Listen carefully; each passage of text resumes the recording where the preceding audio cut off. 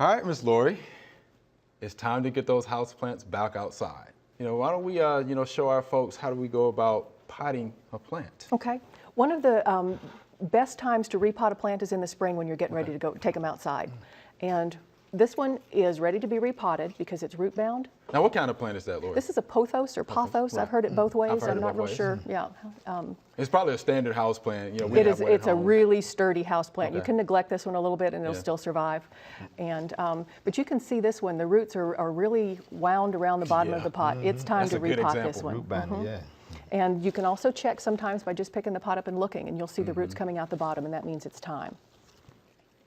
And I generally start from the bottom and work my way up when I'm going to divide it. I'm actually going to divide this plant, and so I'm just going to pull them apart. And you can be a little brutal. People are saying, "Oh my gosh, you're going to kill the plant." You're really not going to. They're sturdier than you might think.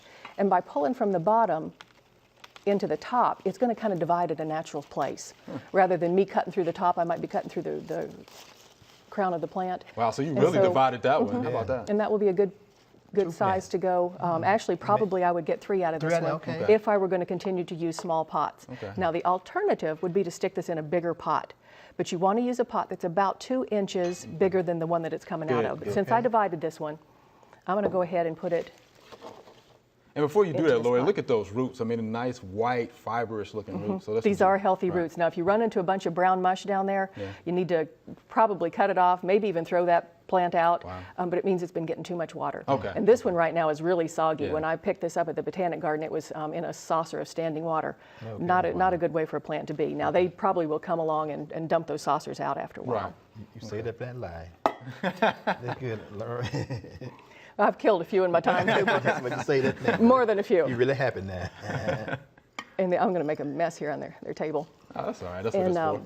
You want to make sure that you leave some headspace in the top of this pot. Right now I'm caring for one of my neighbor's plants, and the soil is mounded up over the top like this.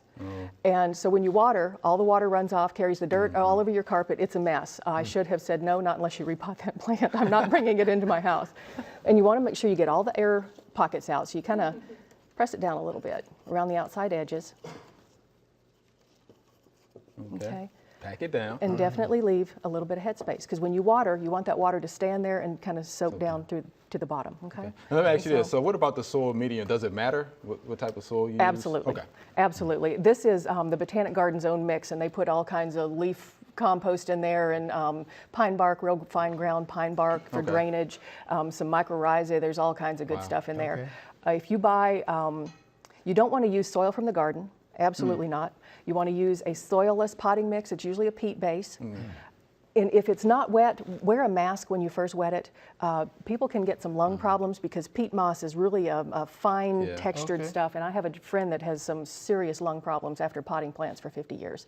And they suspect it might have come from the potting soil. So wear a mask until you get it wet. And then once it's wet, it doesn't make dust like that. Okay. Wow. How about that? I didn't know that. Okay. So you would go ahead and, do we have to water that, or would it be just? Well, my soil is pretty wet, but if it's not wet, then definitely water it in well, and that'll also help get rid of some of those air pockets that might be in there, and you might want to put a little more soil in there. If you're a person that doesn't water regularly, like if you might forget or you travel, you can use Soil Moist. And we've talked about this before, I think, on this show, and they're polymer crystals. But I went ahead and hydrated some just so folks could see what it's like. It's like neat. Jello. And this was half of a teaspoon. I had my measure here someplace. There it is. This was this much dry, and I just kept adding water, and this is what it turns into. And what it does is it absorbs water and then slowly releases it. So you could, probably leave this pot for 3 weeks without watering it, and then definitely when you water it again, it'll absorb it back up. Wow. That's good for vacation, huh? Absolutely, and great for outdoor containers. If you're doing like tomato plants and you might be gone for a week in the summer or something, because once your plants are outdoors, you do have to water them more often. If they're in the sun, every day, and if they're in a small pot in the sun, maybe twice a day. Like bonsai trees, a lot of times have to be watered twice a day. But it's just, so they take a little bit more care, and just make sure you put them in your yard where they would be in nature. If they're an understory plant, they need to be under a tree. But like my citrus trees, I keep out in full blazing sunshine because I want fruit on them. Do I have to move my plants outside though? People don't have to move them out. At my house, everybody goes out to play in the summer. Everybody goes out. Because Okay. they're a lot easier to take care of outside. Okay. You can water all of them at one time. It takes me about 15 minutes to water my plants outdoors in the summer. Probably takes me 45 when they're in the house because you're back and forth to the sink Yeah. with a watering jug. So everybody goes out in the summer. Everybody goes but out they to don't play. have to. As Okay. long as they maybe get them out and get the dust off the leaves and those kind of things, they can leave them in their house. They don't have to go out. Okay.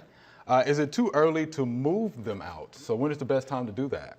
It is a little early yet. We're still going Okay. to probably have a couple of frosts. At my Probably. house, I live in North Shelby Forest. We have had frost as late as April 19th. Wow, Now, the that's average late. last date is the 15th, but that doesn't mean that is an absolute last Right. frost date. And if you move them out too early, you either have to bring them back in or they'll get pinched, and it could kill them. If they're a real tender plant, it'll kill them. Wow. So I generally wait until about May 1st to move mine out. May 1st. Okay. So let's say you move them out and they're predicting a frost. Can you cover them up? You can, if you use, but plastic doesn't work. Okay, So you almost doesn't need to use a blanket or a sheet or something like that, or move them into like a covered area where frost can't get to the leaves as easy. But if it's a real tender plant, I would go ahead and bring it into a heated space or someplace that's at least enclosed. Okay. Thanks, Laurie. Appreciate that demonstration.